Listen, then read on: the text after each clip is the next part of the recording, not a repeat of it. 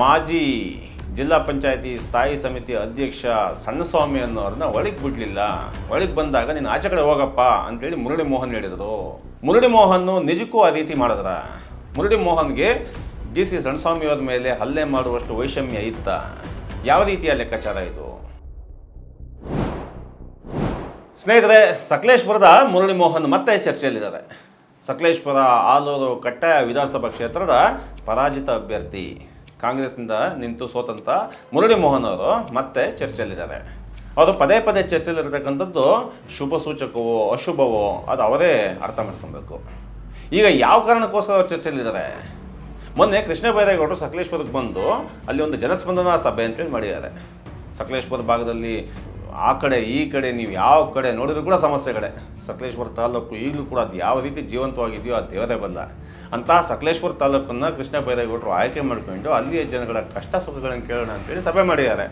ಆ ಸಭೆ ಮಾಡಿದ ನಂತರ ಒಂದು ಅಧಿಕಾರಿಗಳ ಸಭೆ ಕರೆದಿದ್ದಾರೆ. ಅಧಿಕಾರಿಗಳ ಸಭೆಯಲ್ಲಿ ಅಲ್ಲಿಯ ಮಾಜಿ ಜಿಲ್ಲಾ ಪಂಚಾಯತಿ ಸ್ಥಾಯಿ ಸಮಿತಿ ಅಧ್ಯಕ್ಷ ಸಣ್ಣಸ್ವಾಮಿ ಅನ್ನೋರನ್ನ ಒಳಗೆ ಬಿಡಲಿಲ್ಲ. ಒಳಗೆ ಬಂದಾಗ ನೀನು ಆಚೆ ಕಡೆ ಹೋಗಪ್ಪ ಅಂತೇಳಿ ಮುರಳಿ ಮೋಹನ್ ಹೇಳಿದರು. ಆ ಕಾರಣಕ್ಕೋಸ್ಕರ ಸಣ್ಣಸ್ವಾಮಿ ಮತ್ತು ಸಣ್ಣಸ್ವಾಮಿ ಬೆಂಬಲಿಗರು ನಮ್ಮ ಮೇಲೆ ಹಲ್ಲೆ ಆಗಿದೆ ಅಂತೇಳಿ ಕಂಪ್ಲೇಂಟ್ ಮಾಡಿದ್ದಾರೆ. ಇದಿಷ್ಟು ಸುದ್ದಿ. ಮುರಳಿ ಮೋಹನ್ ನಿಜಕ್ಕೂ ಆ ರೀತಿ ಮಾಡಿದ್ರ? ಮುರಳಿ ಮೋಹನ್ಗೆ ಡಿ ಸಿ ಸಣ್ಣಸ್ವಾಮಿ ಅವ್ರ ಮೇಲೆ ಹಲ್ಲೆ ಮಾಡುವಷ್ಟು ವೈಷಮ್ಯ ಇತ್ತ? ಯಾವ ರೀತಿಯ ಲೆಕ್ಕಾಚಾರ ಇದು? ಇದನ್ನು ಎರಡು ರೀತಿ ನೋಡ್ಬೋದು ಸ್ನೇಹಿತರೆ. ಒಂದು, ಮುರಳಿ ಮೋಹನ್ ಅವರ ವ್ಯಕ್ತಿತ್ವ ಮತ್ತು ಅವರ ನಡವಳಿಕೆಗಳ ಬಗ್ಗೆ ಒಂದು ವಿಚಾರ ಮಾತಾಡ್ಬೋದು. ಅದನ್ನೇ ಮೊದಲಿಗೆ ಕಾರಣಂತೆ ಮುರಳಿ ಮೋಹನ್ ಅವರು ಲಾಸ್ಟ್ ಸೋತ ನಂತರ ಪರಾಜಿತ ಅಭ್ಯರ್ಥಿ ಅಂತಲೇ ಹಾಕೊಂಡು ಅಲ್ಲಿಯ ಎಲ್ಲ ವಿಚಾರಗಳಿಗೂ ಕೂಡ ಮೂಗು ತೋರಿಸ್ತಕ್ಕಂಥ ಕಂಪ್ಲೇಂಟ್ ಸದಾ ಕಾಲಕ್ಕೂ ಇದ್ದೇ ಇದೆ. ಹಾಗಂತೇಳಿ ಅವ್ರದ್ದೇ ಸರ್ಕಾರ, ಕಾಂಗ್ರೆಸ್ ಸರ್ಕಾರ ಅಧಿಕಾರದಲ್ಲಿದ್ದಾಗ ಯಾವುದೇ ಜನಪರ ಕೆಲಸಗಳನ್ನು ಮಾಡಬೇಕಾ ಅಥವಾ ಕಾರ್ಯಕರ್ತರುಗಳಿಗೆ ಕೆಲಸ ಮಾಡಿಕೊಡ್ಬೇಕಾ ಬೇಡವಾ ಅಂತ ನೀವು ಕೇಳ್ಬೋದು. ಆದರೆ ಅವರು ಮಾಡ್ತಿರ್ತಕ್ಕಂಥ ಕೆಲಸಗಳ ಹಿನ್ನೆಲೆಯನ್ನು ಈಗ ಬಂದಿರತಕ್ಕಂಥ ಕೆಲವು ಮಾಹಿತಿಗಳ ಪ್ರಕಾರ ಅವರು ಮಾಡ್ತಿರ್ತಕ್ಕಂಥ ಕೆಲಸಗಳಲ್ಲಿ ಮುಖ್ಯವಾದವು ಯಾವುವು? ಅಧಿಕಾರಿಗಳ ವರ್ಗಾವಣೆ. ಈ ಅಧಿಕಾರಿಗಳ ವರ್ಗಾವಣೆಯಲ್ಲಿ ಅಲ್ಲಿಯ ಶಾಸಕ ಹೆಚ್ಚು ಗಮನ ಹರಿಸ್ಬೇಕು ಅಥವಾ ಅಲ್ಲಿಯ ಪರಾಜಿತ ಅಭ್ಯರ್ಥಿ ಗಮನ ಹರಿಸ್ಬೇಕಾ? ಇನ್ನು ಎರಡನೇದಾಗಿ ಅಲ್ಲಿ ನಡೀತಕ್ಕಂಥ ಕಾಮಗಾರಿಗಳ ಬಗ್ಗೆ, ಅಲ್ಲಿ ನಡೀತಕ್ಕಂಥ ಕಾಮಗಾರಿಗಳ ಬಗ್ಗೆ ಹೆಚ್ಚು ಗಮನ ವಹಿಸಿ ಇಂಥ ಕೆಲಸ ಆಗಬೇಕು, ಇಂಥ ಕೆಲಸ ಆಗಬಾರ್ದು ಅಂತ ಡಿಸೈಡ್ ಮಾಡ್ಬೇಕಾದ್ರೆ ಅದು ಗೆದ್ದವರ ಸೋತವರ? ಸೋತಂತಹ ಮುರಳಿ ಮೋಹನ್ ಅವರದೇ ಜಾಸ್ತಿ ಪ್ರಾಬಲ್ಯ ಇದೆ ಈ ಕೆಲಸ ಕಾಮಗಾರಿಗಳ ಬಗ್ಗೆ, ಈ ರೀತಿಯಾದಂತು. ಆಮೇಲೆ ಮೂರನೆಯದಾಗಿ ಆ ಸಕಲೇಶ್ಪುರ ಆಲೂರು ಎರಡೂ ತಾಲೂಕುಗಳು ಮತ್ತು ಕಟ್ಟಾಯ ಹೋಬಳಿ, ಹಾಸನ ತಾಲೂಕಿಗೆ ಸೇರಿದಂಥ ಕಟ್ಟಾಯ ಹೋಬಳಿಯಲ್ಲೂ ಕೂಡ ಈ ಮೂರು ಕಡೆ ಮುರಳಿ ಮೋಹನ್ ಅವರು ಅನಗತ್ಯವಾಗಿ ಎಲ್ಲ ವಿಚಾರಗಳನ್ನು ಮೂಗು ತೋರಿಸ್ತಾರೆ. ಈ ಮೂರು ವಿಚಾರಗಳ ಬಗ್ಗೆ ಭಾಳ ಗಂಭೀರವಾದ ಆರೋಪ ಅವ್ರ ಮೇಲಿದೆ. ಇದು ಮುರಳಿ ಮೋಹನ್ ಅವ್ರ ವಿಚಾರ ಆಯಿತು. ಈ ಕಾರ್ಯಕರ್ತರ ವಿಚಾರಕ್ಕೆ ಸಂಬಂಧಪಟ್ಟಂತೆ ಯಾವ ರೀತಿಯ ಕೆಲಸಗಳನ್ನು ಮಾಡಿದ್ದಾರೆ? ಮುರಳಿ ಮೋಹನ್ ಅವರು ಕಳೆದ ಬಾರಿ 3ನೇ ಸ್ಥಾನದಲ್ಲಿ ಬಂದಂಥವ್ರು, 42,000 ಓಟನ್ನು ತಗೊಂಡಂಥವ್ರು. ಹೇಳ್ಬೇಕು ಅಂದರೆ ತೀರಾ ಸನಿಹದಲ್ಲೇ ಭಾಳ ಟ್ರಯಾಂಗಲ್ ಫೈಟ್ ಇದ್ದಿದ್ದು ಸಕಲೇಶ್ಪುರ ಆಲೂರು ಕಟ್ಟಾಯ ವಿಧಾನಸಭಾ ಕ್ಷೇತ್ರದಲ್ಲಿ. ಅದೇನು ಅದೃಷ್ಟವೋ ಅಥವಾ ಶ್ರಮವೋ ಏನೋ ಗೊತ್ತಿಲ್ಲ, ಶಾಸಕ ಸಿಮೆಂಟ್ ಮಂಜು ಅವರು JDSನ ಕುಮಾರಸ್ವಾಮಿ ಅವರನ್ನು ಕೂಡ ಹಿಂದಿಕ್ಕಿ ಕೆಲವು ಸಾವಿರ ಮತಗಳ ಅಂತರದಿಂದ ಗೆದ್ದು ಬಂದಿದ್ದಾರೆ. ಇವರು ಮುರಳಿ ಮೋಹನ್ ಅವರು 3ನೇ ಸ್ಥಾನದಲ್ಲಿದ್ದರು. ಅವರು ಕೂಡ ತೀರಾ ಹತ್ತಿರದಲ್ಲೇ ಇದ್ದವರು. ಅದಾದ ನಂತರ ಶಾಸಕ ಸಿಮೆಂಟ್ ಮಂಜು ಅವರು ಎಷ್ಟು ಕೆಲಸ ಮಾಡ್ತಾ ಇದ್ದಾರೆ, ಕೆ ಕುಮಾರಸ್ವಾಮಿ ಅವರು ಎಷ್ಟು ಕೆಲಸ ಮಾಡ್ತಿದ್ದಾರೆ, ಮುರಳಿ ಮೋಹನ್ ಅವರು ಎಷ್ಟು ಕೆಲಸ ಮಾಡ್ತಿದ್ದಾರೆ? ಈ 3 ಜನ ಕೆಲಸ ಮಾಡೋದಕ್ಕೆ ಅವ್ರಿಗೆ ಇರ್ತಕ್ಕಂತಹ ಸೌಲಭ್ಯಗಳೇನು? ಆಗ ನೋಡಿದ್ರೆ ಕುಮಾರಸ್ವಾಮಿ ಅವರಿಗೆ ಯಾವ ಸೌಲಭ್ಯಗಳು ಇಲ್ಲ. HD ದೇವೇಗೌಡ ಅವರು ಪ್ರೈಮ್ ಮಿನಿಸ್ಟರ್ ಆಗಿದ್ದಾಗ, HD ಕುಮಾರಸ್ವಾಮಿ ಅವರು ಚೀಫ್ ಮಿನಿಸ್ಟರ್ ಆಗಿದ್ದಾಗ, ಅವರ ತಮ್ಮ, ಅವರ ಅಣ್ಣ, ಈ ರೀತಿ ಕುಟುಂಬ ರಾಜಕಾರಣ ನಡುವೆ ಏನೇನೂ ಕೂಡ ಕೆಲಸ ಮಾಡೋಕ್ಕಾಗದಲ್ಲಿ ಒಂದು ರೀತಿ ಅಸಹಾಯಕ ಶಾಸಕರಾಗಿ ಅವರ ಅವಧಿಯನ್ನು ಮುಗಿಸ್ತಂಥದ್ದು ಕೆ ಕುಮಾರಸ್ವಾಮಿ ಅವರು. ಅದು JDSನ ಪರಿಸ್ಥಿತಿ. ಮುಂದೆ ಏನಾಗುತ್ತೋ ಗೊತ್ತಿಲ್ಲ. ಅದೇ ರೀತಿ ಕಾಂಗ್ರೆಸ್ನಲ್ಲಿರ್ತಕ್ಕಂತಹ ಮುರಳಿ ಮೋಹನ್ ಅವರಿಗೆ ಇರುವ ಸಾಧ್ಯತೆಗಳೇನು? ಕಾಂಗ್ರೆಸ್ಸು ಇವಾಗ ಸರ್ಕಾರದಲ್ಲಿದೆ, ಕಾಂಗ್ರೆಸ್ಸು ಅಧಿಕಾರದಲ್ಲಿದೆ.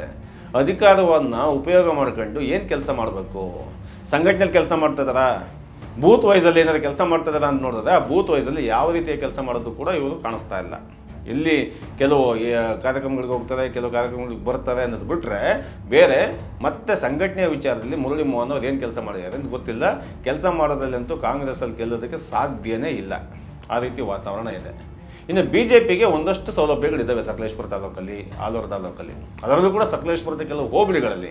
ಅದು ಯಾವ ಕಾರಣಕ್ಕೆ ಅಂತಂದರೆ ಅದು ಒಂದು ರೀತಿಯ ಕರಾವಳಿ ಮತ್ತು ಮಲೆನಾಡಿನಲ್ಲಿ ಬೀಸ್ತಾ ಇರ್ತಕ್ಕಂಥ ಮೋದಿಯ ಅಲೆಯ ಕಾರಣಕ್ಕೋಸ್ಕರ, ಬಿ ಜೆ ಪಿಯ ಅಲೆಯ ಕಾರಣಕ್ಕೋಸ್ಕರ, ಕೇಸರಿ ಅಲೆಯ ಕಾರಣಕ್ಕೋಸ್ಕರ ಬಿ ಜೆ ಪಿಯ ಯಾವುದೇ ಅಭ್ಯರ್ಥಿ ಆದರೂ ಕೂಡ ಒಂದಷ್ಟು ಸೌಲಭ್ಯಗಳು ಅಂದರೆ ಒಂದಷ್ಟು ಅವಕಾಶಗಳಂತೂ ಇದ್ದೇ ಇದೆ. ಅದರಲ್ಲಿ ಜಾಸ್ತಿ ಸವಾಲಿರತಕ್ಕಂಥದ್ದು ಕಾಂಗ್ರೆಸ್ ಅಭ್ಯರ್ಥಿಗೆ. ಅಂತಹ ಕಾಂಗ್ರೆಸ್ ಅಭ್ಯರ್ಥಿಗೆ ಇದುವರೆಗೂ ಕೂಡ ಸಂಘಟನೆಯಲ್ಲಿ ಯಾವ ರೀತಿಯ ಕೆಲಸವನ್ನು ಕೂಡ ಮಾಡದಂತಹ ಒಂದು ರಿಮಾರ್ಕಬಲ್ ಕೆಲಸ ಅಂತೇಳಿ ಮುರಳಿ ಮೋಹನ್ ಅವರು ಇದುವರೆಗೂ ಯಾವುದನ್ನೂ ಮಾಡಿಲ್ಲ.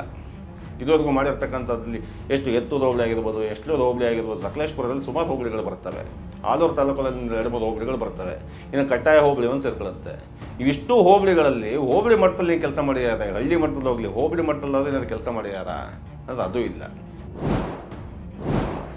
ಮುರಳಿ ಮೋಹನ್ ಅವರು ಸೌಜನ್ಯಯುತವಾಗಿ ನಡ್ಕೊಳ್ಳೋದಿಲ್ಲ. ಒಬ್ಬ ಶಾಸಕನಾಗಿ ಬರಬೇಕಾದಂತಹ ವ್ಯಕ್ತಿಗೆ ಮೊದಲು ಇರಬೇಕಾದಂತಹ ಒಂದು ಗುಣ ಅಂತಂದರೆ ಸೌಜನ್ಯ.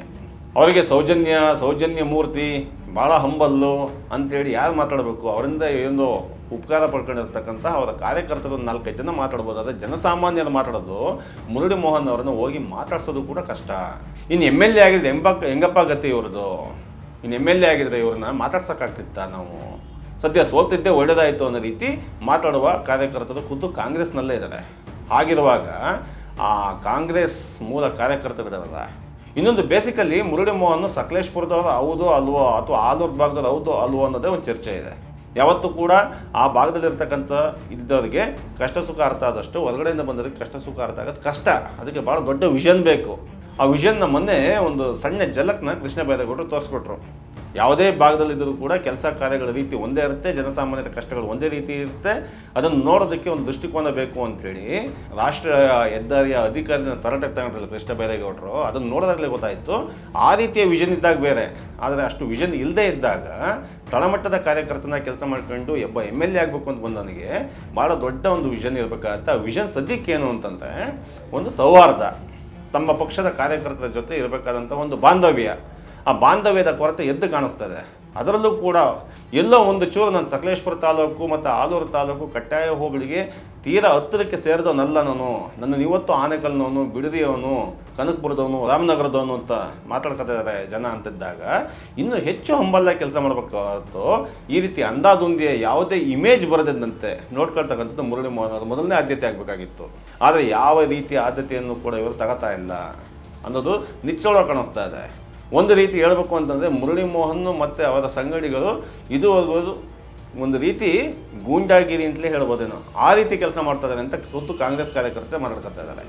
ಆದರೆ ಮುರಳಿ ಮೋಹನ್ ಅವರು ಯಾವ ಒತ್ತಡಕ್ಕೆ ಸಿಕ್ಕ ರೀತಿ ನಡ್ಕೊತಾ ಇದ್ದಾರೋ, ಅಥವಾ ಅವ್ರು ಇರೋದೇ ಹೆಂಗ, ಅಥವಾ ಅವ್ರು ಮುಂದಿನ ದಿವಸಗಳಲ್ಲಿ ತಿದ್ಕೊಂತಾರ, ಕಣಸ್ವಾಮಿ ಅವ್ರ ವಿಚಾರದಲ್ಲಿ ಕೇಸಲ್ಲಿ ಏನಾಗುತ್ತೆ, ಅದ್ರ ಮುಖಾಂತರ ಇನ್ನೂ ಭಿನ್ನಮತ ಸ್ಫೋಟ ಆಗುತ್ತಾ, ಆ ಭಿನ್ನಮತ ಎಲ್ಲಿಗೋಗಿ ನಿಲ್ಲುತ್ತೆ?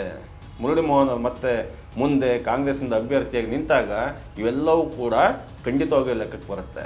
ಹಾಗಾಗಿ ಮುರಳಿ ಮೋಹನ್ ಆಗಿರ್ಬೋದು, ಕಾಂಗ್ರೆಸ್ ಆಗಿರ್ಬೋದು, ಈ ಮೊನ್ನೆ ನಡೆದಂತಹ ಸಕಲೇಶ್ಪುರದಲ್ಲಿ ನಡೆದಂಥ DC ಕಣಸ್ವಾಮಿ ವರ್ಸಸ್ ಮುರಳಿ ಮೋಹನ್ ಅವ್ರ ಕೇಸ್ನ ಭಾಳ ಗಂಭೀರವಾಗಿ ತಗೊಬೇಕಾಗತ್ತೆ. ಅದು ಸಂಘಟನೆಯ ದೃಷ್ಟಿಯಿಂದ. ಇಲ್ಲ ಅಂತಾರೆ ನಷ್ಟ ಕಾಂಗ್ರೆಸ್ ಪಕ್ಷಕ್ಕೇನೆ. ಧನ್ಯವಾದಗಳು.